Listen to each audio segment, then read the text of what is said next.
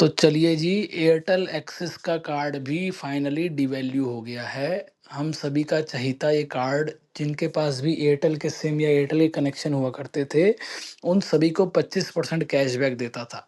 लेकिन अब ये एक्सिस बैंक ने एक नया डॉक्यूमेंट जारी किया है, जिसके अंदर ये कह रहे हैं कि बेस कैटेगरी के कैशबैक से रिलेट किया जाएगा बाकी सभी कैशबैक को।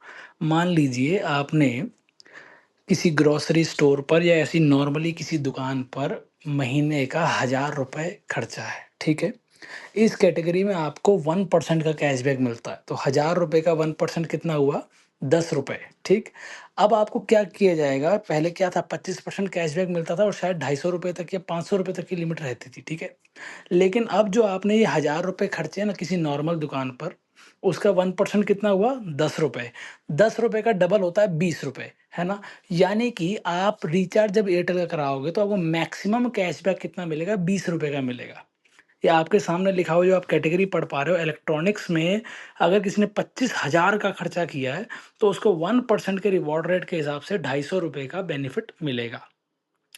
अब उसके नीचे देखो, एयरटेल मोबाइल बिल पेमेंट पर जो बेनिफिट अर्न्ड वाला सेक्शन है उसका कितना कैप हो गया? 500, यानी कि 250 का दुगना। लेकिन रियल वर्ल्ड सिनेरियो में अगर आप 25,000 नहीं खर्च रहे हो, और मैंने मान के चला आप नॉर्मली बाहर खर्चा जो कर रहे हो 1000 रुपये कर रहे हो, चलो मान लो 5000 भी कर रहे हो महीने का, तो उसका 1% होता है 50 रुपये, और 50 रुपये का दुगना होता है 100 रुपये। यानी कि एयरटेल का रिचार्ज कराने पर आपको मैक्सिमम बेनिफिट कितना मिलेगा? 100 रुपये का। एक और कार्ड गया।